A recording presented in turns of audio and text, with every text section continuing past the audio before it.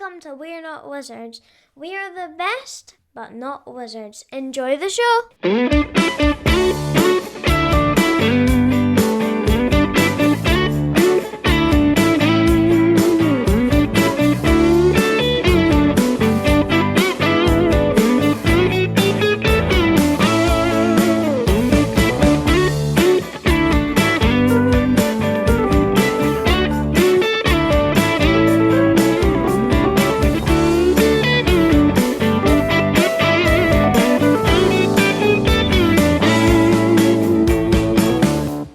Welcome to another episode of We're Not Wizards. My name's Richard. I'll be your host for April. It's here. We've had our little clock jumpy thing going on, which means it's like when you go outside at night, it's all brighter and the sun's coming out. And I've been told twice I need to cut the grass, but it's a jungle, so I don't want to affect the ecosystem. So I'm trying to get away with it as much as possible. But I did discover that if you are interested in a new lawnmower, that Homebase are doing them really, really cheaply. I mean, I got, like last year, they were really expensive. They were about almost like £200 for a decent one. But Homebase have got a 15% off sale. We're not sponsored by them. But I did get a really, really good top of the range like lawnmower for about 130 quid. So I was quite pleased with that. And okay, it's raining today. Just Richard, right. Hello. Yeah. All right. Petrol or electric? It's electric. Okay. Cord or battery? It's a cord. Okay, adjustable height or single height? You can adjust it. You need to do a bit of screwing around and stuff like that, but you can definitely adjust it. It's got a double-handled thing as well on it. It's got the handles kind of sticking up as well. Okay. So you can actually, you're not having to do the steering where you've got the awkward, you know what it's like. You've got the steering kind of that way, which is difficult. You've kind of got the handles like this, which is kind of better. Anyway, that's beside the point. April's here, sun's out. That is the voice of Mr. Sam Turner from the Staying In podcast. Sorry, you got onto one of my hot topics straight away. extra special, an extra special guest. The title of this episode is going to be called Staying In and Taking the Hiss. Because from Steamforged Games, he's a repeat offender. And that doesn't mean he's doubly offensive. It just means he's here again. I've got Sherwin Matthews. Hello. Hello, everybody. And you should probably stress that other fine lawnmower purveyors are available. Yes, absolutely. Why? I'm not here to I mean, what does it matter? If Homebase contact me, what, B&Q gonna... B&Q don't contact me. They're not going to contact me and say, listen... You know, I went into Homebase, it's local. I went to B&Q, it's like you have to go further along the road. You have to go to the big police station roundabout, and it's called the police station roundabout because that's where the big police station is. And then B&Q's a further bit along. But I decided to go Homebase. But there are other places you can buy kind of lawnmowers from. I mean, I guess when you are carrying a lawnmower, it's kind of heavy. So duration of how far you have to travel is kind of important. True. It is that, and also it's the fact that I think Homebase have always done me quite well on a price. I think I've always walked into B&Q and went, they're a bit more. That's a bit more pricey than what I kind of expect. So before we begin, let's introduce the sponsor for this show is Homebase. Bringing your garden and DIY supplies. No, that's not true. That's not true at all. Last time we spoke, I mean, I don't even want to think about the last time me and Sam spoke. It was, it's far too long. On podcast, I mean, we speak to each other kind of on a regular basis because we kind of know each other. And Sherwin, we spoke a couple of months ago when we were right in the middle of kind of like Elden Ring extravaganza. The reason that Sam is here is because me and Sam are fans of some of the games that Sherwin's done. Yeah. And he thought it'd be a really, really good idea to get Sherwin on because he's quite intimidating and scary. So I thought if I was going to tackle him, we'd do like a good cop, kind of bad cop kind of thing. So that's what I was thinking. Are you up for that, Sam? Yeah, absolutely. As long as I can be good cop. Is that okay? I'll be the bad cop then. Okay. Okay, Sherwin, where were you last Tuesday night around about 7 o'clock? Last night around... I think I was playing D&D. Oh, wow. I think. Okay. I think around about then. That's Tuesday group. Yeah, that's about right. Is that regular? Is that a regular kind of campaign thing that you're doing then? Yeah, I play some form of RPG about 4 nights a week. So Wow. I've starting in lockdown. Oh. I managed to find myself in about 4 different groups, during the week because what else are we going to do when we're all locked away? And yeah, basically that just kind of carried on going. So And is it different? Do you play like a continual campaign, and have you got different other campaigns that you run into, or do you have a night where you're like kind of like, well, let's just do homebrew stuff, kind of thing, or does it? so that's 4 different groups. It should be stressed. Wow. So one of them is a D&D group. One Uh-huh. of them is a Delta Green group. One of them is one of them is used to be Warhammer Fantasy Roleplay, but I think is going to transition back into D&D. Mm-hmm. And then the other one, we kind of just pick up whatever, and that can be something homebrew that we come up with, or testing, or whatever. It can be, hey, let's just try a brand new system we've not tried, or an old one that we remember. So Blades in the Dark has been one of those, for example. And we sort of bounced around through various different ones. So, I mean, with you working in the industry, is you being kind of doing this as a hobby, as a regular thing? Is that just part and parcel? Are you literally sitting kind of like, do you wake up in the morning and you're kind of like, oh, gotta go and do work again and kind of like make games for people, and then, oh, I've got to like do some D&D tonight? It's like, I mean, does it, you know? No, I've been a tabletop geek since probably about age 7 or 8, Okay. and I think since then since I started working for Steamforged, I don't think I've actually stopped, or perhaps a better way to say, I don't think I've ever started work as much as just being having fun and living my best life is the best way of saying it. So I'm lucky enough. I'm lucky enough to have one of those very strange jobs where it doesn't really feel like a job, because I just get to do really fun stuff, which is really nice. Did you? So how did you cut? What were you cutting your teeth on at the age of like 7, 8, and 9? Then Do you know what? I'm going to grab something from up the top of my desk and show you guys, which is obviously fantastic podcast material. 1,000 years ago, when I was young, let's I see. got dragged off to a car boot sale. Yeah. And as we have these terribly British things, and quite whilst being bored out of my mind, I wandered around, and then I found this book Okay. Wow. just sitting there waiting for me, which for those of you who can't see because you're listening to this as a podcast, Yes. is an original Advanced Dungeons and Dragons Dungeon Master's Guide. And I probably bought this for about tuppence. I honestly can't remember how much I paid for it, but I picked it up and then desperately tried to understand the contents of it, which when you have no actual main rulebook or anything else is impossibly hard, because I was also like 7. So I have no hope of context of understanding what the book was. But it didn't stop me going back to it time and time again until eventually, at some point, a couple of years later, these nice people introduced this game called Hero Quest. Wow. And that I fell in love with immediately the Christmas that my cousins and my long-suffering uncle sat down to try and talk us through it and play.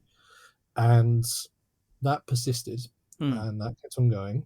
And then from that fell out Warhammer, and then I had it's like I leveled up a little bit more. I could understand a little bit more of the Dungeon Master's Guide at that point. Yeah. And then I kept on learning, and I kept on playing games, and I could learn a little bit more.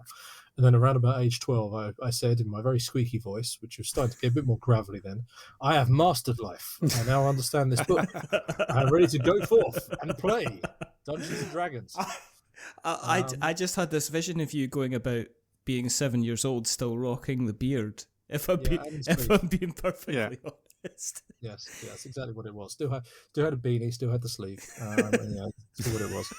So at that point, I felt like I had mastered it, and then went out. And apart from reading a whole bunch at that point, I'd fallen very much deep in the well of reading a whole bunch of fantasy literature at that stage, and playing a lot of Warhammer, and yeah, just went from there really. And I think my role-playing career was slightly stymied by the fact that I couldn't find anybody else to play with at the time. But Warhammer was at least easier. And then it wasn't until I got sort of late teens that I managed to find a regular group, and then went from there. I mean, I was a Hero Quest kid. Well, not a Hero Quest kid. I think it was about 13 or 14 when Hero Quest kind of came out. What about you, Sam? Were you? Did you get to play Hero Quest as well? No, I never got to play Hero Quest. When I was growing up, the game in our house was Upwards, which is a Scrabble variant where you can build the words up as well as along and down. And that was about it. Like, I'm a pretty... I'm the poster child of a late bloomer. And really, I only played my first quote-unquote brackets modern board game or even tabletop game back in 2014, 2015, something like that. So, yeah, I've had a lot of catching up to do. That's around about the start of the golden era of Kickstarter, that, isn't it? Yeah. And yeah, like and even doing like things like RPGs has been a recent sort of thing for me. Like we started off getting into things like 10 Candles and Dread and doing some Dungeons and Dragons things, and then obviously doing Blades in the Dark. I played Traveller for the first time at AirCon recently for a couple of hours, and that was absolutely, that's a bonkers. I'm glad you used that word. That's exactly what it is. Yeah. That was a bonkers RPG.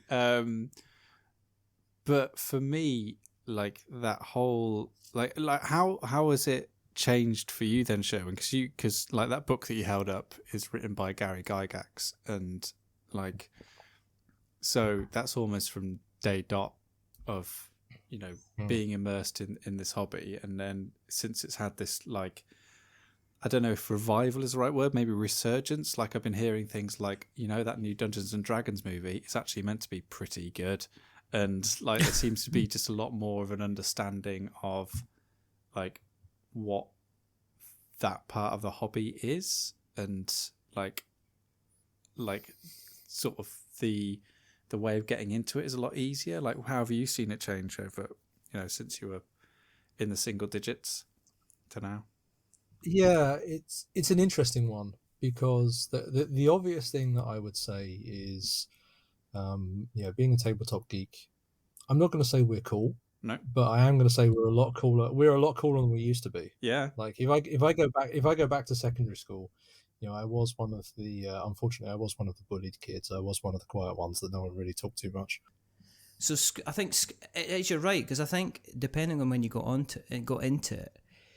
If you're like looking at getting into kind of D&D now, I mean, everybody's kind of shouting about Stranger Things and stuff like that. And like everybody's kind of going crazy for Eddie and Stranger Things. And literally, I knew guys like Eddie and Stranger Things when I was at high school, and they just did not have the best time at high school. Whereas you kind of look at it now and they're like, everybody's going, yeah, Eddie forever. Are we bringing him back and stuff like that? And I'm just like going, what kind of parallel world or dimension have we entered into? Kind of thing. Yeah, kind of. Like, I think it's an interesting one, isn't it? I can obviously only speak for people in the UK and obviously very specifically my experience, but I wasn't terribly popular at school, and what I did was, I play with toy soldiers. That was something where my peers didn't necessarily, and didn't endear me to my peers. But when you kind of would have one of them who isn't part of the mob mentality would sit down with you, they go, actually, what you're doing is kind of cool. Yeah. But don't tell anyone I said that, kind of thing. Yeah. But then basically as time went on, it's just, there's various different touch points we've had, whether you look at something like Big Bang Theory or whether Stranger Things or whatever else, geeks have slowly become more of a presence. And that has meant that, I'd like to hope that, the guys playing it, the people playing it at schools are no longer the bully kids. They're actually having fun, or people are talking to them more, or that's just more of a legitimized hobby. I mean, obviously, aside from that, the other thing is it's much more accessible now. Like I remember also being like being the angsty teen that I was, listening to a whole bunch of very loud, very abrasive music when I was young, because that's what metal was, and you couldn't find it anywhere.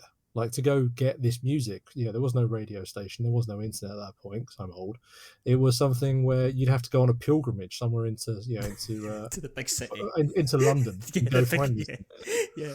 And and then go to shows and travel around being sort of, a dirty little club mutant and basically find that stuff out. And the point is that's kind of what it was, and there was no awareness of it. Whereas now, if you want to listen to that, Spotify will just throw it at you. It's in movie soundtracks, it's everywhere, and it's the same with D&D. It's the same with board games. The resurgence is real, as in the sense that you can buy them in Waterstones, foils, various other different places now. It's in mainstream brand shops. My mind was blown. When I went into the game in the town where I live, and there's a game that I made sitting on the shelf looking back at me. Wow. It's kind of just complete imposter syndrome. Just opened up a hole and swallowed me up whole. I was kind of, how is this a thing? Like people are walking around. Even one guy was even buying it. I was almost like, no, I shouldn't mention anything to you. But that's kind of weird. Pull the Sharpie out. Would you mind?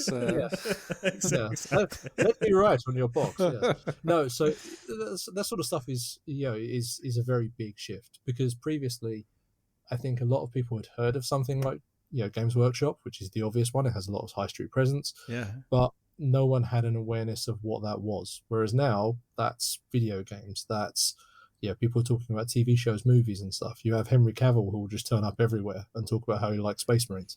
There's various different things. There's a greater growing awareness of it, and it's almost legitimized it. I mean, at some point, I am gonna pluck up the courage to ask Henry Cavill on the podcast, and then I'm just gonna sit there and melt for like an hour and a half or whatever while he's kind of talking to me. But is it? I mean, if it, just to be perfectly honest, if I had been the person buying the game, I would have given you the Sharpie to kind of sign it. To be perfectly honest, you didn't know who I was, though. To be fair, but I mean, I'm just some random dude with a sleeve and long hair. What does he know? I don't know, but if you came up and says I designed that, I'd kind of be tempted to say, "We go and sign it anyway, just in case." Because even if you're lying, then I've got like a kind of a sign box, which is kind of fine. But talking about the design side of things, because this is going to sound how am I going to say this without sounding like I'm sitting in the HMS sycophantic,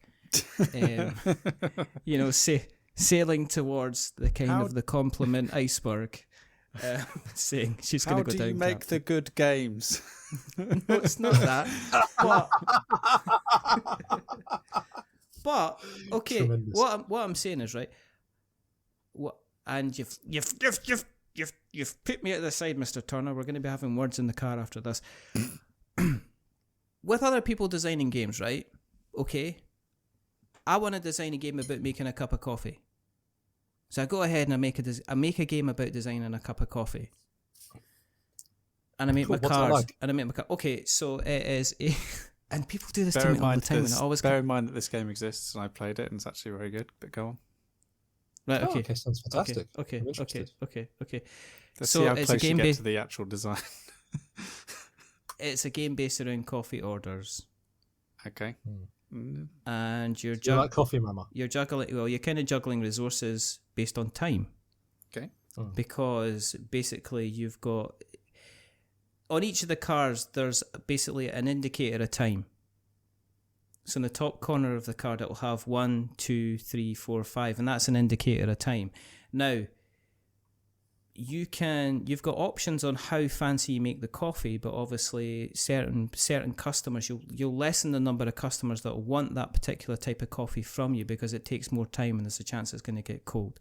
So you've got to balance up putting together the special ingredients that will get you more money and gain you towards being a run-of-the-mill coffee service to being something which is a bit more kind of fancy, and you're able to charge more prices. So it's a balance between those kind of resources. So when somebody comes in, you play from a hand of cards, whether you're going to have like 2 shots of espresso, which might be just like a 1, whereas if you're wanting to do like a fancy kind of caramel frappuccino, that might be a 3, but it might obviously, you're able to charge more for that. But you've got a certain amount of time that you've got to use for your resources. And that's kind of it. What I'm saying, right, is that nobody's going to come to me and say, you're doing this cup of coffee game wrong. Whereas in the games that you've created, with the like say your Resident Evils, your Resident Evil 3, Elden Ring, and obviously moving on to Sea of Thieves as well, there is somebody there who is instantly going to be a critic for you. How do you deal with that? Do you just let it wash over you, or do you keep an eye out just in case people come up with kind of valid critiques and criticism that you can then bring into a future version or bring into an expansion or something like that? I want to come back to that in the second or third hour of this podcast, because right now I'm thinking about your coffee game. So you could use the customers as a timer deck. So you could have like a timer deck across the top of your dashboard, right? And you've got your people, and they basically slot into that. Yeah. And at the end of every round, they kind of move one. Imagine that like as a row of cards going from left to right, and they basically move down. Yeah. And effectively, what you're trying to do is get their drink to them before they get to the end, or otherwise they lose interest and leave. Basically. So and on your side of the dashboard, I imagine this is kind of a solo experience, but you could do it with multiple players if you want. And you're spending your actions to effectively, let's say, like you've got the sort of the milk jug or whatever, that starts off with a number of tokens on it, and as you use it to make your different coffees, you're discarding tokens. So one of your actions might be replenish that, but obviously when you're doing that, you're not then making coffee. So you're trying to efficiently move around and do those sort of things. And then you can play bonus cards from your hands to like add cinnamon to the top if someone has a chai latte, for example, and that sort of stuff, which gets you more points. It's like a multiplier, but it takes longer to make. So therefore, you've got the danger of, you've got the danger as you could basically make a couple of drinks and have it, and people are moving down, but you've got to make sure that somebody that's ordering the more expensive drink is further up the track. So by the time you've got that drink made for them, they're still on the track and have not disappeared.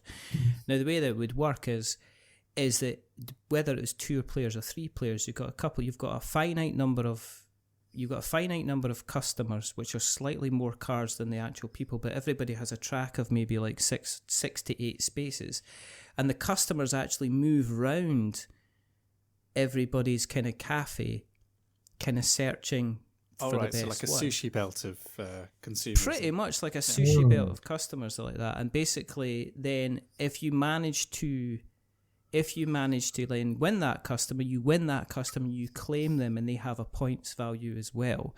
And then you deal another card which goes onto the conveyor belt, so you get a new customer as it goes. Okay, Sorry, go on, Sam.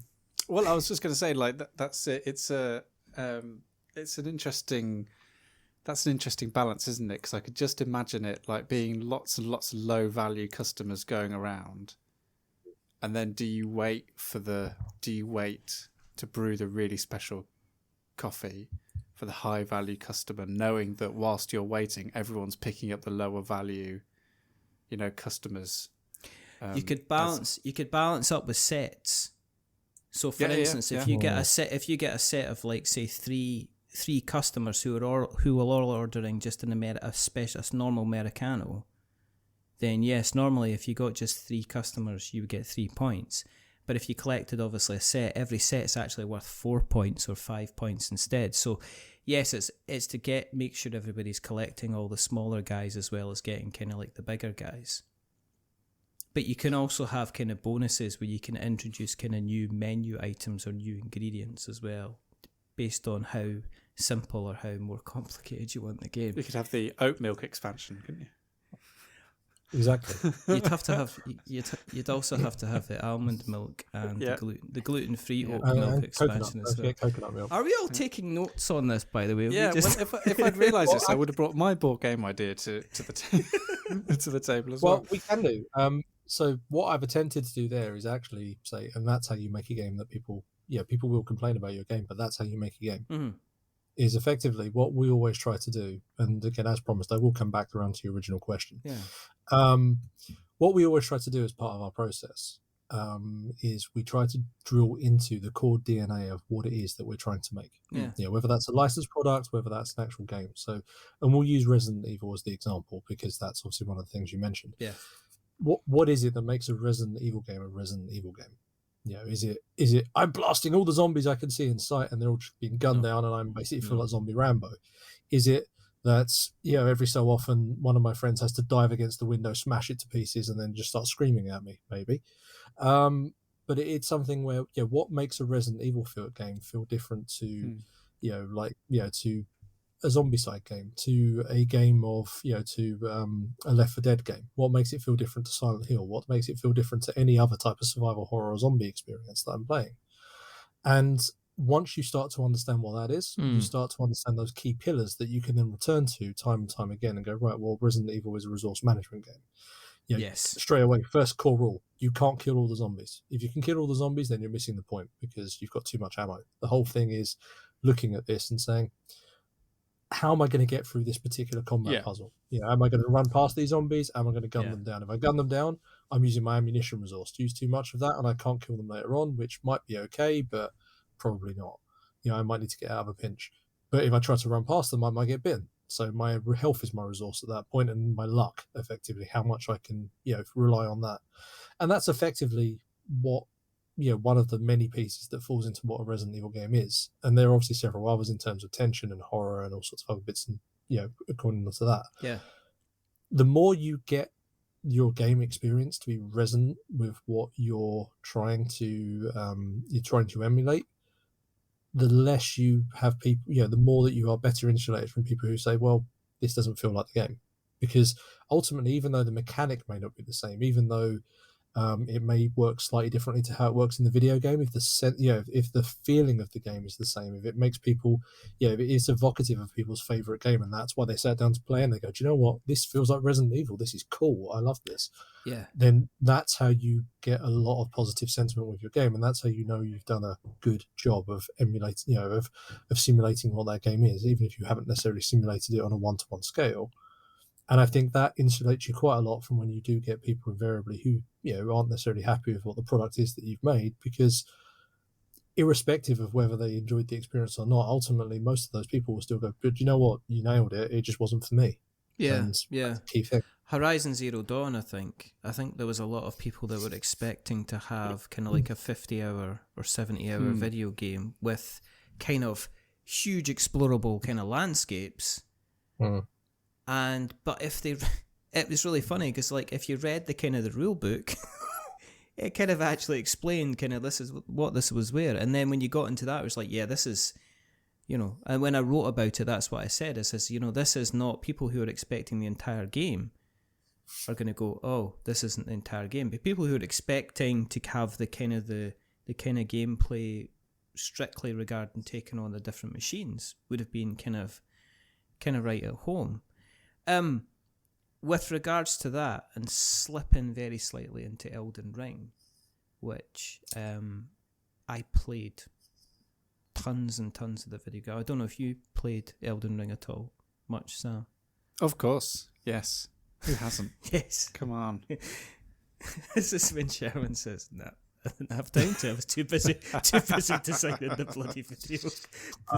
Whenever I make any game, I spend hours playing. If it's an adaptation, I'll spend hours playing, or observe, picking up. They're not all obviously video games. Peaky Blinders, for example, I just sat there and watched a whole bunch of Peaky Blinders to get a feel for it. But the point is that whenever you're making any licensed product, you have to immerse yourself in the what it is.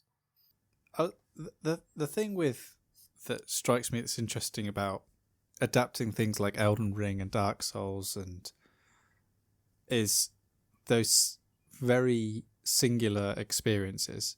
And obviously, you work for Steamforged, they're a business, and you've got to attract customers and people to buy your games. So therefore, replicating that solo experience is, you're cutting out a big chunk of, the market who want to have a shared experience on the table. So I guess what I'm asking is like that those games, especially like Elden Ring and Demon Souls, which are all about that atmosphere of being alone, one person versus the many, like that is so much of the appeal of those games. So how do you sort of stop yourself from just saying, well, it's just a solo experience and that's it? I think, it's a good question. I think as I sort of hinted at earlier, simulation works to a point. We don't ever want to get ourselves into a stage of saying, well, we do this exactly the way it works in the video game, because ultimately people will just go, well, I'll just go play the video game then. If True. that's what it is, Yeah. people sit down to experience games in various different ways for various different reasons. Some of our audience, they just love our games because they love the miniatures. They want to go get the various different. I know, for example, at the Elden Ring launch event, some people were just blown away by the miniatures. Like, hey, do you want a demo? No, I just want to come and look at Godric the Grafted. Oh, really? That's really where I'm at. That sort of thing. And and that's fine. Like in all walks of life, people have different different ways of interacting with things. Some people are very tactile. Some people, and they want to kind of pick up all the models and go, they sit there rolling dice or building towers out of meeples or whatever else. Other people are much more focused on the rules and making sure everything is super clean and tight controlled that way. It's there's all completely different ways of approaching things as to why people sit down and play games, just end of, not just our games. And I think something where one of the questions I always ask myself, like if again we'll go back to Elden Ring or Resident Evil or any of the games we've just mentioned, Horizon's another good example. Why do you play a tabletop game of this when you could be playing the video game? Now, part of that is obviously the social contract. It's nicer to sit down with your friends face to face and just play games with them. Yeah. That's kind of fun. Around the table, it feels more personable. But the other part is also, well, I can't play Horizon with other people.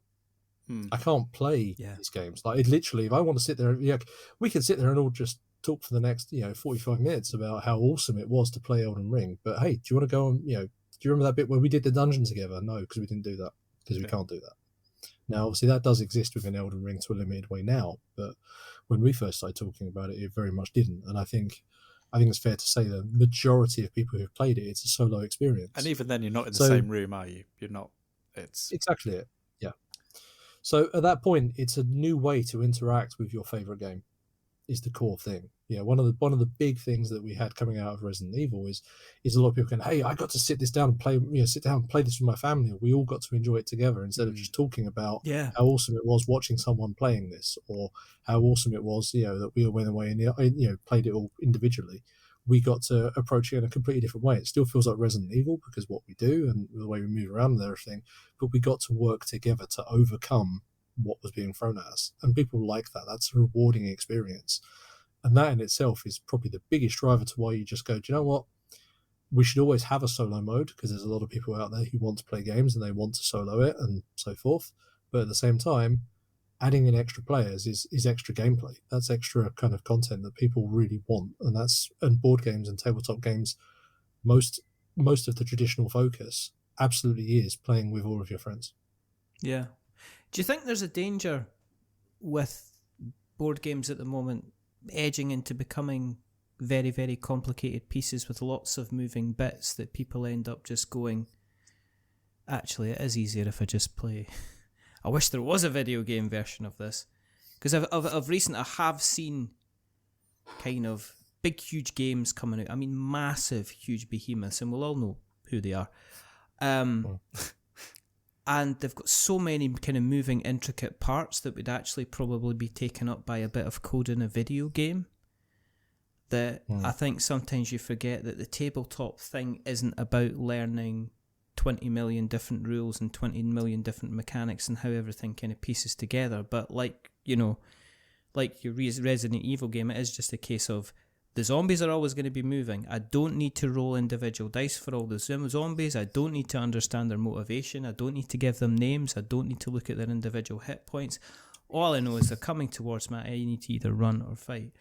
You don't give names to your zombies?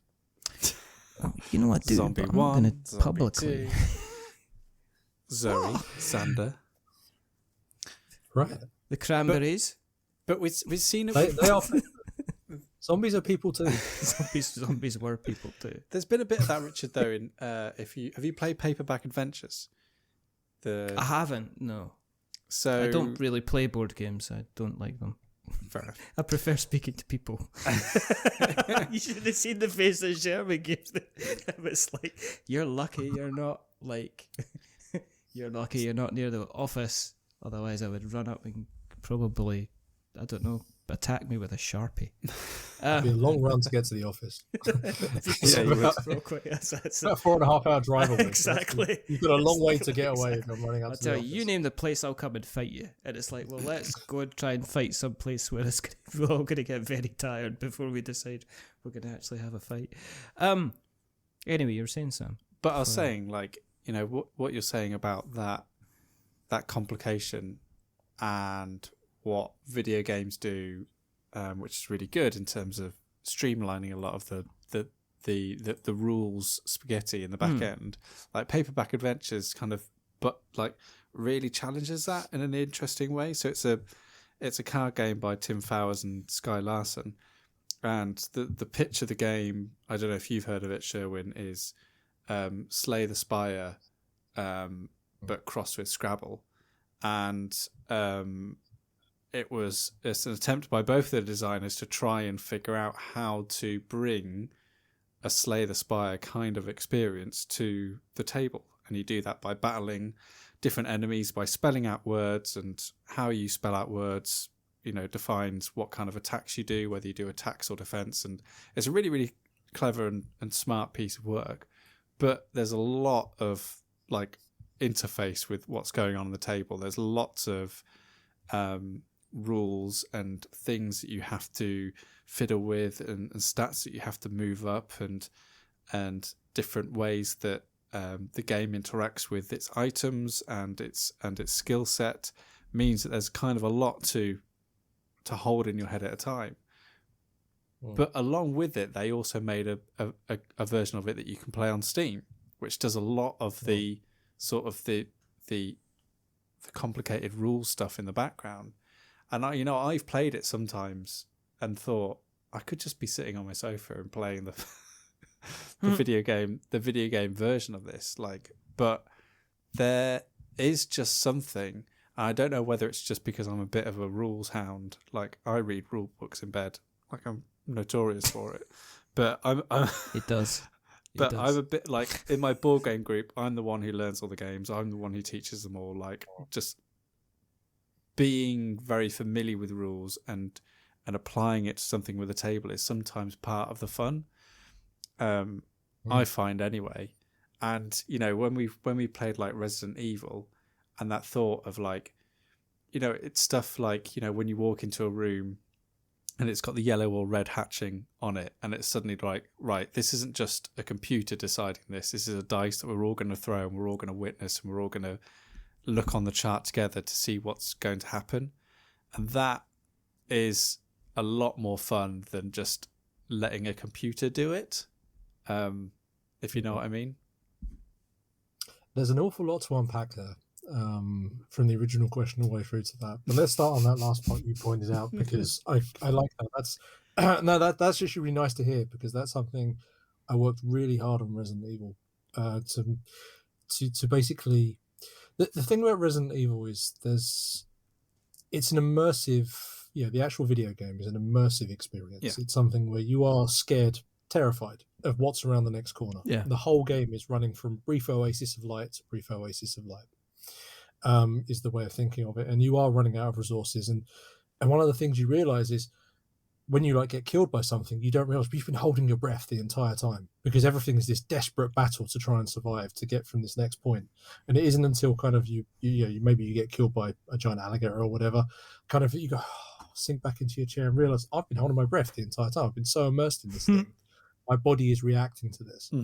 Now, one of the things we tried to do when we made the game was very much think about this as how do we introduce that kind of level of psychology to people without it being a rule?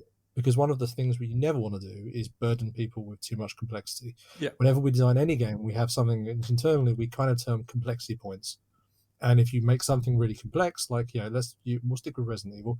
So the zombie reaction system is probably the most complex part about Resident Evil. That means that the player phase of that, as in the action phase where you're moving around, that needs to be super straightforward. And the tension phase, that needs to be super straightforward, because we spent all of our complexity points on the reaction phase. If you had a really complex action phase, then a really complex reaction phase, and a really complex tension phase, then everyone would find it impenetrable as a game, especially knowing that the audience primarily is a video game one. and those people may not traditionally be used to what a tabletop game is, because exactly as you've identified, they're used to a video game where a lot of the engine is doing stuff under the hood you never even see. Yeah. So one of the things we wanted to do is go, well, how do we introduce that? Well, one of it is the tension deck. You might know, I mean, I'll happily tell anybody that the breakup of cards in an average Resident Evil scenario is 70% green, 20% amber, and then 10% red. But that's numbers. The point is that when you're drawing that card, you are really scared you're going to draw a red card. Yeah. And even if you draw a green card, okay, but that just means I'm closer to a red card. Closer to drawing red ones, yeah. Right? Exactly. And as you start drawing it, and there's interesting things that we did with those as well. So for example, if you read the flavor text on it, there's some which, a dog howls in the distance, but you're okay for now. Three turns later, when a dog jumps through the window, there's emergent narrative there, because people make cognitive jumps. They're like, that's the dog, I heard it howling. It's obviously got nothing to do with reality. There's no timer that's applied by that card, but it's small triggers like that make people think of this. It's the ammunition dial when you're counting down. One of the purposeful things we talked about originally was we could have tokens to represent how many bullets you have, or you could write it down on a piece of paper, or you could track it with a dice or something. But no, actually picking up that dial and counting down the amount of bullets you're going to fire at that zombie is a physical action you're doing, and that makes you doubt yourself, because actually as that dial is going lower and lower, you're changing it down, and you're starting to go, okay, do I really want to spend this many bullets? I'm now starting to worry that I can physically see this thing going down. It's more tangible that way. It's exactly what you mentioned, going into that room and going, watching that dice bounce around and waiting for it to land, and go, what could it be from this horrific kind of menu of stuff that could be waiting for me? It's a 6. Means there's no enemies. Fantastic. Yeah. Okay, we can move on. But it doesn't stop me worrying about what's going to happen next. No. Stuff like that. It's small details where these are things that won't ever appear in the rules, so they are effectively complexity light, but they're still very evocative of what that core experience is. The more wins you can get that way, the more it starts to feel like the game without necessarily needing to. So effectively, it's our engine that happens under the hood, just that we're relying on biomechanics to do it. Yeah. Are you a creative question? And I'm gonna try and be musical with this. Are you a guy who's got a lot of melodies, just looking to find the right kind of song lyrics? Or do you kind of invent everything that comes up as a new thing? Do you have a book of mechanics for board games that when you get a new IP, you say, actually, we can maybe look at using this, or we can maybe look at using that? Or if somebody, say for instance, when Elden Ring did come up, I was, looking at it. There's possibly a lot of stuff that you could borrow from, like, Dark Souls and stuff like that. One of the major things was the exploration thing. Now, I was thinking, is that something that you had to start from scratch, or is there a Sherwin big book of board game notes that you go in and say, I'm going to look at this section and see what we can kind of pick from there? So we never, and I can happily say this company-wide, none of our design team whenever we approach any new project, we always sit down and go, right, we're from scratch, we are working out. We always do the core DNA process I mentioned earlier. Yeah. We always sit there, we identify what that is, and how the first step is always, so how do we make core DNA, establish the core DNA? What is it that makes this game this game? Mm-hmm. Right. Now we've done that, or if it's our own licensed product, what do we want this game to be? And once we've identified those things, it's now, right, okay, so now let's think about mechanics. How can we create that feeling? And maybe we might have something where we've done it before and we go, oh yes, I could use a tension deck here to recreate that, for example, or I could do X, Y, Z. Yeah. But we never have like a big book where we go, right, put down the idea in that. At some point we'll land on that and we can just bolt this in we can just effectively, we can turn this into this. We never ever approach anything like a Monopoly where we have a core engine and we just slap a label on top of it and that's it. We're not about skinning anything. And that's why we always want to build. And as you can tell from where I'm talking about this, we're very passionate about. This is something where any game that we make is always, it's that game. It's specifically built for that game. It's entirely bespoke. We want it to be that way. We want it to be, we are far more respectful of what we actually get to work on and the games and our audience to what we internally call white boxing. I don't think that's the right term. It's something that we use, but it's something where we never want to just reskin an engine that we might already have to make something else. Yeah. We always want it to be very distinctly that. And I think that generally tends to serve us quite well. In terms of that said, at any given time, Matt Hart, our creative director, and I mean, there's about 20 different games that we've got under the hood at some point where we've gone, oh yeah, we should do this at some point. Yeah. Like, I travel quite a lot with Matt, either up to HQ or where we're going on a plane somewhere or whatever else. And when we're doing that, we're always like, oh, we could do a game around this, and we'll just bounce ideas off of each other and scribble them down a notebook somewhere. And at some point, we will get round to making any one of these many millions of games. But they won't be a reskinned thing. That will be like a whole Steamforged IP thing when we actually get the chance to actually do it. It's just a case of, normally, as you've already identified, we're quite busy. So it's something where we don't have time to kind of go, oh yes, of course, let's make another 5. Yeah, let's make another 5 games this year. Are there games that you're proud of that are out there and you've designed that you wish more people had eyes on? I was good with you until you said the bit about you said something there that triggered my imposter syndrome, and I felt incredibly conceited for answering yes. I mean, obviously, the key thing is the answer is I would hope that people seem to like the games that Steamforged makes and I make, which is awesome and fantastic, and really, really very appreciative of that. I would like, with that in mind, I'd like people to have more access to play games that good games that are fun as much as is humanly possible. I'd love for every Resident Evil person to sit down and play Resident Evil and go, love it, indifferent, hate it, whatever, have the experience of playing it, because it would be lovely to just give them the choice to do that. One of the things that's been the nicest part of my job that I've had, without any level of, simply the nicest thing, without any level of doubt, has been when I've actually spoken to people and they said, you know what, I didn't even know tabletop games were a thing, but I loved Resident Evil or I loved Horizon or whatever. Yeah. I got into this because of that. And since then, I've become a board gamer. Like, I now have a big board game collection of different games. I like play D&D, or I've discovered that actually Warhammer isn't a geeky thing, or whatever their poison is. Yeah. They've discovered a whole new world. That's the most insanely rewarding thing I think I've ever been told by anybody.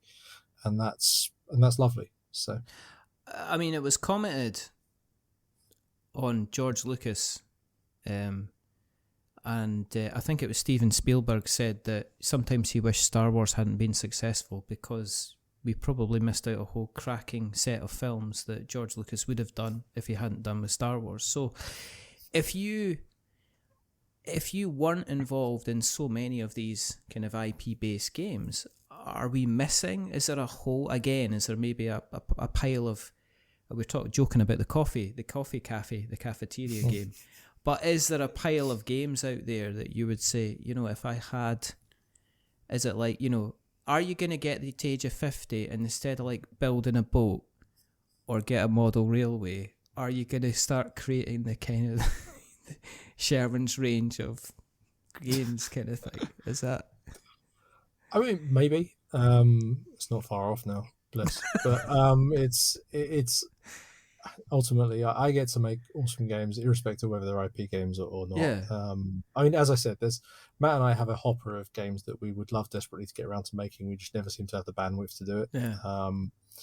I would love to kind of sort of get around to those. The thing is, they keep growing every time we go traveling anywhere. Like, we'll just be trapped in a box, whether that trapped in an air conditioned box, whether that's a car, a plane, or a train, or whatever. We'll just sit there and bounce ideas off of each other because we're both geeks who just love what we do. So a lot of the Steamforged. One of my sort of roles at Steamforged is lead design. So that means I generally tend to work with Matt at the very early stages of most of our games, but sort of concepting, proof of concept, early prototyping, that sort of stuff. And that as a result, our conversations always lead to, oh, do you know what I was playing the other day? This. You could do something similar in a game like X. Oh, that'd be cool. And then let's just run with that and see where we get to. I remember during one random design week that we had, I looked at a picture on a wall on a whiteboard and I was like, you could turn into a really interesting like Guitar Hero kind of vibe with that. Yeah, really? Yeah. Suppose you have here's your cards here and you do this, and then when basically you have a timer deck going along here and you have to play cards into that, and that makes these different things and that scores you points. half hour later, we kind of go back. Okay, cool. So we've basically gone through that. So now we've got that game in the hopper, if you want to make that. And now let's go back to Elden Ring. Yeah, It's like it's kind of how it rolls. I'm gonna ask Sam a question. Okay, Sam, Go on. what kind of video game would you like seen turned into a board game? Oh, That's on the spot. That's mean. It's not That is mean. mean. You just. It's not mean. I sent you the list of questions. I can't help it if you didn't pick them up. Oh wait, no, There was a list of questions. no, there wasn't. Oh, oh wait, oh no, it's in my drafts. no, Sorry. yeah, you didn't send it. You fool. Oh, I mean, difficult one. That. I'd always thought, and I know this isn't a video game, but I've always thought the Three Musketeers would make a really great video game because it's quest based, and it reads. Considering when it was written, it reads like a video game. Basically, it's just 4 guys going out on fetch quests all the time, and 4 not very likable guys either. Don't believe what the Three Muskehounds try to. I was saying, why aren't you doing Dogtanian? I mean, Yeah, no. Don't believe what D'Artagnan tried to teach you as a kid. So I always thought that would be quite an interesting cooperative experience to go on missions as the 3+1 musketeers with personalities affecting the gameplay in in certain ways and affecting things like combat and how you interact and all that kind of stuff. And I think the other thing that has been kind of the main sort of video games that I've been playing recently have been things like The Case of the Golden Idol and The Curse of Obra Dinn. And Those those game. Just want you to love that game. Yeah.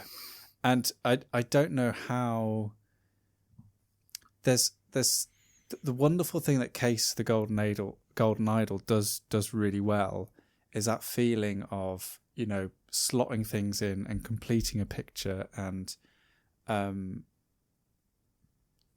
that wonderful element of deduction where it makes you feel really, really, really, really smart.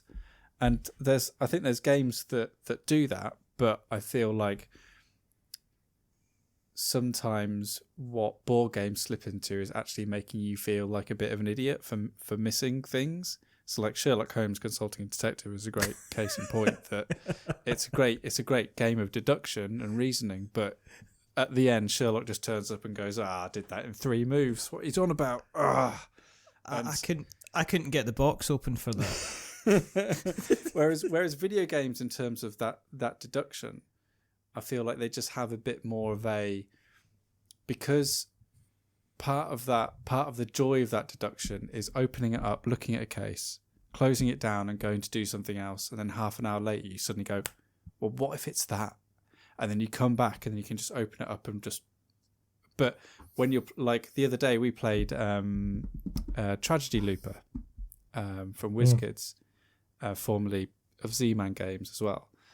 And that's a really nice deductive game. Like it's really, it's like pure deduction. You go into that knowing absolutely nothing, and but you're under a time limit and you're under pressure, and the whole game is kind of against you. Whereas where Case of the Golden Idol does really well is the game's actually, we want you to make you feel smart. We want you to feel like a genius and to pick up on all these little things, and it encourages you to do that. And I think that's incredibly hard to do as a board game. I guess my question is leading into, you've done Resi 3, when's Resi 4 hitting? It's a good question. Oh, come on, we've had a good 54 minutes of chatting, and I'm wondering, It's straight back at you. Would it hit back? Would it hit the same way as Resi 3?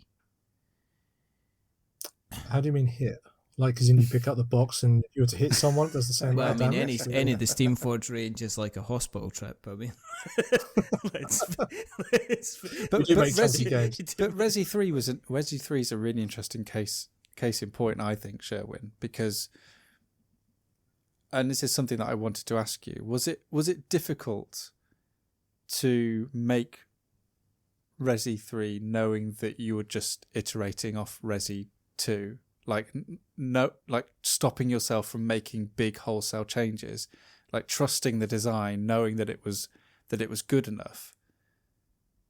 Do you know, it's interesting because when we make a sequel to a game, we generally, back to that complexity points thing, we generally tend to go, most of our sequels will have 1.5 changes in them from the original version. Unless we want to make, obviously we'll always have case-by-case things, but if it was something where the audience received it very well, and Resident Evil 2 definitely had that, what are our 1.5 changes? What do we want to make to this that is more evocative of what the experience is, or makes it slightly better, polishes that?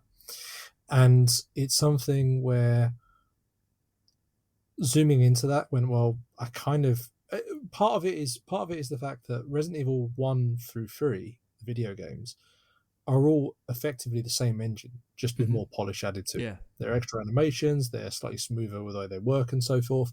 And there's no reason why our board game should be any different to the video game. Ultimately, it's the core engine. It's what people like. It's what seems to make it's what makes it tick, and it's what people seem to really sort of drill into and go, this actually is really good for the experience. So for me, the question wasn't, well, people like the action tension phase, that works well. So what do we want to address? Well, there's a few things. I want to make it so there's less setup time. I want to make it so that it feels like the tension deck evolves and the game adapts to you. I want to create an open world board game. That's that's small task. I want to create. I want to make a way of making the special attacks for the enemies feel more fluid and feel more elegant than what they were. So those are the sort of bits I drilled into. I mean, some of that is obviously more developer focused, kind of, how do I speed up setup time and so forth. But the other element was, how do I kind of went, well, that's probably kind of the bits to iterate on rather than core engine, since people seem to like that.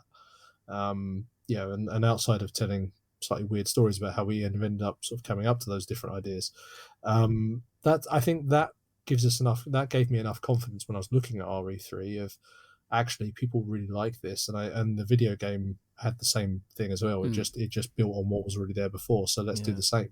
So that's a nice guiding light. So let's just look at our 1.5 changes. Let's not try to throw the baby out of the bathwater and completely reinvent it. It's ultimately a very similar game, and that's what we want to do. Yeah, and I also remember, like, even in the video games, as Resident Evil changed, everybody absolutely loved 4, but then when they went into 5, people kind of went, oh no, we don't. This is and this is a key thing. If we were to make Resident Evil 4, that is a very different game to Resident Evil 1, 2, and 3. It is. So if I were to build an engine for Resident Evil 4, then what I would do is I'd very much look at this and go, right, so what's, back to the core DNA question, what's the core DNA of this game? This is a more of a blasting, not zombies anymore, but I'm blasting enemies away.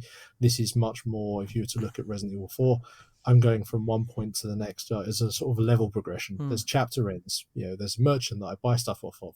Ammunition is much more plentiful. There's a lot less survival horror element to it. There's much more of a combat puzzle. Effectively, if you're to think of the core Resident Evil 4 experience, I go from combat arena to combat arena, and there are objectives within that. The first one, I need to survive. There's a man with a chainsaw running around trying to murder me and a whole bunch of other people. I'm just trying to move around and not get killed until the time is up.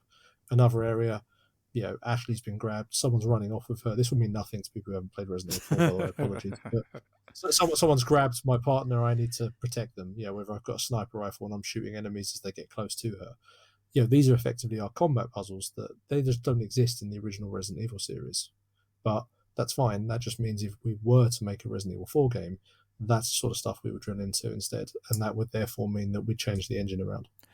And has working on any of these games, has it allowed you to have ultra geeky, geek out moments where you've kind of got emails from certain people, or you've been sent stuff, or even met people where you've just went, oh, I can't believe this is happening? Yes.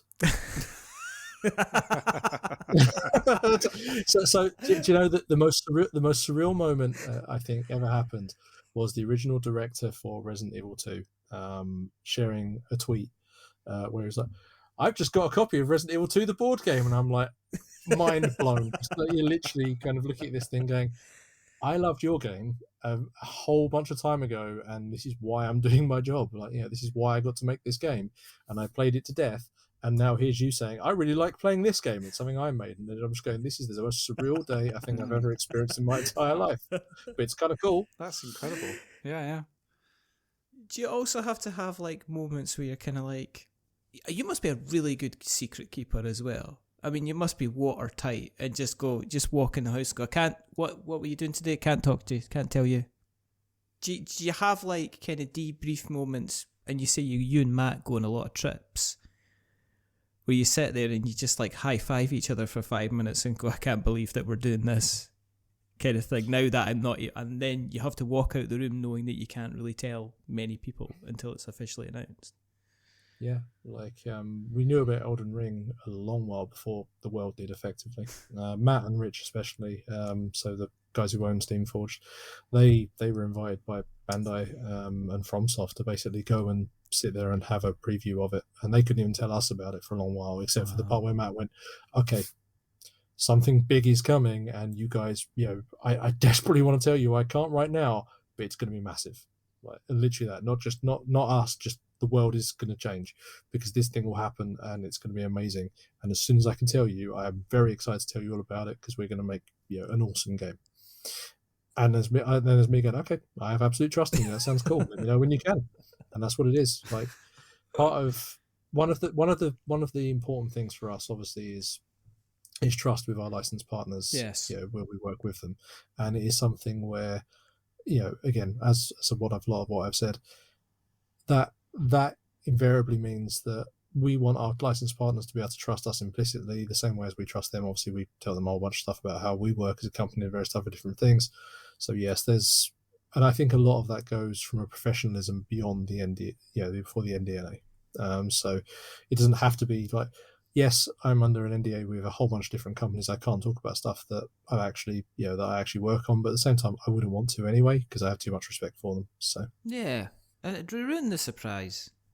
It was really interesting. It was really interesting talking to people about new forthcoming Resident Evil games when we were making 2 and 3 and so on. Everyone's going, "Oh, I wonder what this is like," and I'm like, "Yeah, yeah, I wonder too."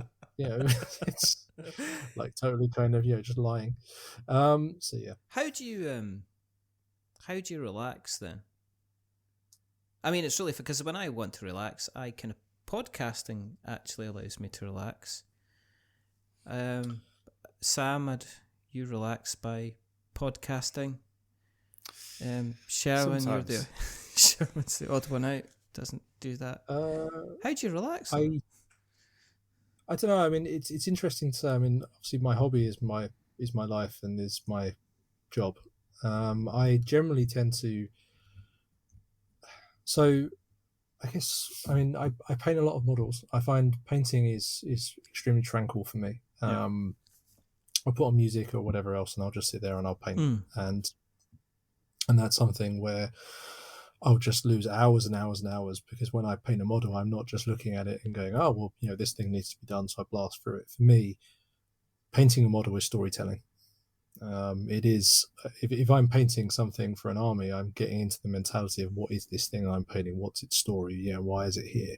I'm looking at every sort of part of it. Like at the moment, I'm painting this giant model, right? So I'm looking at it, and it's kind of, its armor is a bunch of shields hanging off of it because no one makes armor for the size of this creature. So I'm looking at it, I'm like, these things have been gifted to it by the tribes that are kind of coasting it off to war to go fight for them or whatever else. Or maybe it's killed these people and stolen them and put it on a bit of rope, so it's got a bit of armor or whatever else. And as I'm painting the model, I'm kind of understanding that, and that influences the colors I paint for things, or whether I put blood stains on it, or various different bits and pieces. And that for me is like the part where I just have my escapism button switches and I'm done. So do you paint, Sam? Have you ever taken up the brush? I do have a copy of Blood Bowl that is still unpainted. I think I've painted about four miniatures, but when I have done it, I do find it is incredibly relaxing. and the process of it, and the detail, and the literal, as you're saying, Sherwin, you got the literal layers that you're putting on a model, but then there's also those those figurative, the metaphorical layers that you're kind of adding to it, where suddenly it's not a piece of plastic anymore. It's got a history to it. But for me, it's just finding that time to dedicate to painting. Something I'd like to do a lot more of. I just started this week. Did you?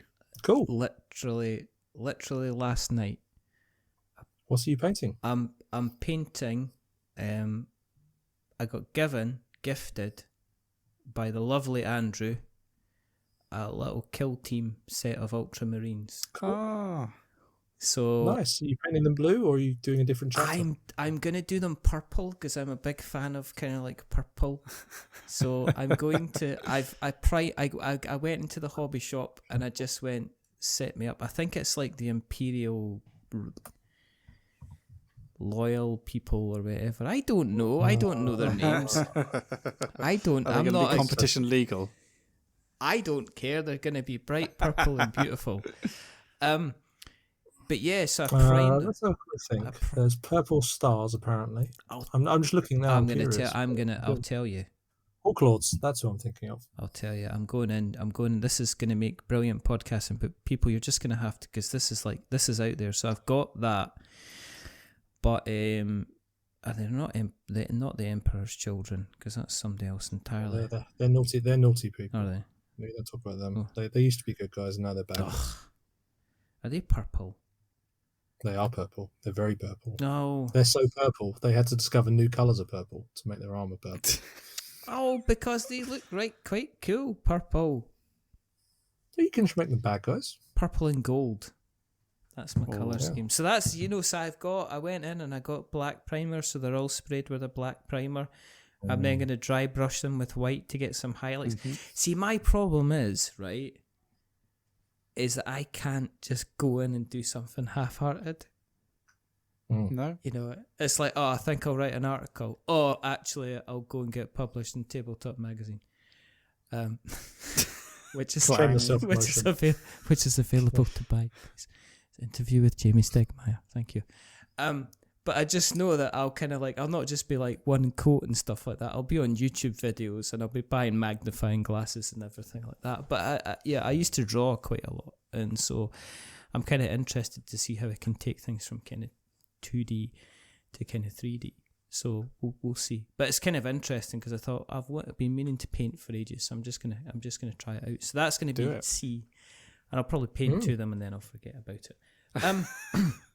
Shameful. We will have to remind you. Yes. Sam and I now have a burden that we are going to chase you down. Yeah. Make sure that you remember. Welcome to the burden of painting. I'm just gonna get random. I'm gonna random emails, and it's like, oh, where's that email from? Oh, Steamforged, who's that? Oh no, it's not. It's just a big banner saying, "Have you finished painting yet?" What we'll do is we'll start doing painting hangouts, which you won't be familiar with, but what we'll do, it'll help inspire both of you to paint. So you basically just jump on a call like this, you don't record it or anything, you just sit there and paint models and hang out while you're doing it. Yeah, I'm just gonna hang. Like I'm just gonna hang out with the designer of come on, it's bad, Yeah, okay, I'll do that. That sounds amazing to me. I'm totally up for that. What's next on the horizon for you? If you're looking between where the sun meets the sea, what's on the horizon for you next, Sherwin?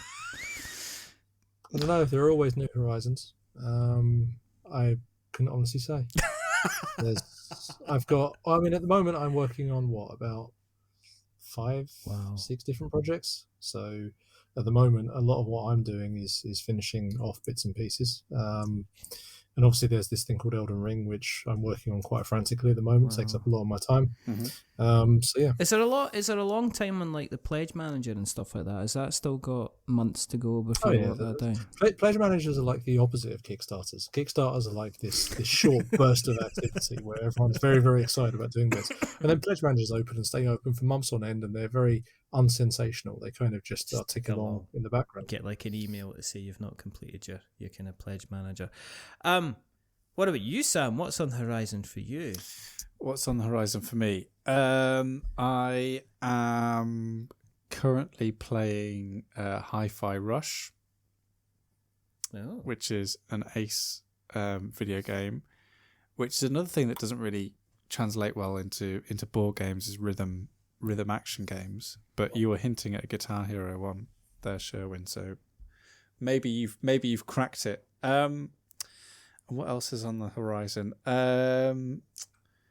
I've got my good friend Peter from the podcast sent me a copy of Troika the other day, so I think that is his next big ambition, is to run a game of Troika at some point, which would be good fun. And when's the next Staying In podcast coming out? Oh, when's this coming out? I don't know. I've got to edit it and make me sound fantastic and wonderful, which is going to be episodes. Episodes are released on the 1st and the 15th of every month. So there you go.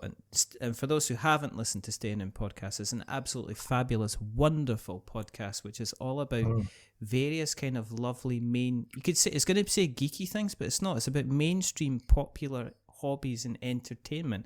So it talks about films, it talks about board games, it talks about Resident Evil, and you can check it out. It's hosted. I was going to make sure it's hosted by Dan, and the reason I'm saying that is because the last time I spoke about who was on it, I completely forgot to say Dan. That was years ago, and he has forgiven me. But it's Dan, it's Chris, it's Pete, and it's Sam, and they do a kind of a wonderful thing. So that's worthwhile checking out. We'll put the notes in the show notes. If people want to keep an eye on what you're up to in the internet webs, Sherwin, where can you find you on the internet webs? There's an SFG Discord, which you can jump in, and I chat to people quite a lot. Alternatively, you can find me on Twitter at Sherwin's Agenda, and then in our Facebook groups for various different things we have. So Dark Souls, Horizon, Bardsong, Resident Evil, those are my normal stomping grounds. And again, awesome. we will put links in the show notes so that we have notes to show. If you want to see what we are up to, just jump onto the internet webs and search for We're Not Wizards. You will find me in the internet. You'll find me in print. Did I mention I'm in Tabletop Gaming Magazine? Which is available. I also do an article about why online rulebooks aren't good. So you can check that out. You can go to all those different places. And if you've listened to it along tonight, then do a couple of things. Go and check out Staying In podcast and listen to them and give them a rating or a review. And if you are going to be giving them a rating or a review, don't give them 10 stars on the old Apple podcasts, because they're lovely, but I don't want them to be big-headed. But at the same time, don't give my friends 1 star, otherwise I will hunt you down like the dog you are. Give them something in the middle, like a 5, because they're average. But not average. But the person who's not been average tonight, it's rather wonderful, rather fantastic, Mr. Sam Turner. Thank you for coming on, Sam. Thank you. The absolutely amazing, the inventive, the fantastical, the man who has cardboard coming through his veins. That sounds a bit weird. Look at the eyebrows are going all over the place. It's Sherwin Matthews. Thank you, Sherwin, for guesting again. Well, thank you for that wonderful sign-off. It's the nicest thing anyone's ever said about me. Well, if we wait until after 9 o'clock, we get nicer. But there's only 2 more things to do. I need to go. I'm on a yellow and I'm coming down. The first thing is to remember that we're many things, but we're not wizards. Are we wizards, Sam? No. Are we wizards, Sherwin? I don't believe so. Good. And the second thing is to say goodbye. So it's a goodbye from Sam. Say goodbye, Sam. Goodbye, Sam. And it's a goodbye from Sherwin. Say goodbye, Sherwin. Goodbye, Sherwin. And it's a goodbye from me. Remember, stay safe. Roll 6s, make something awful. And until the next time, A wizard stay is in, never stay Steamforged. Bye.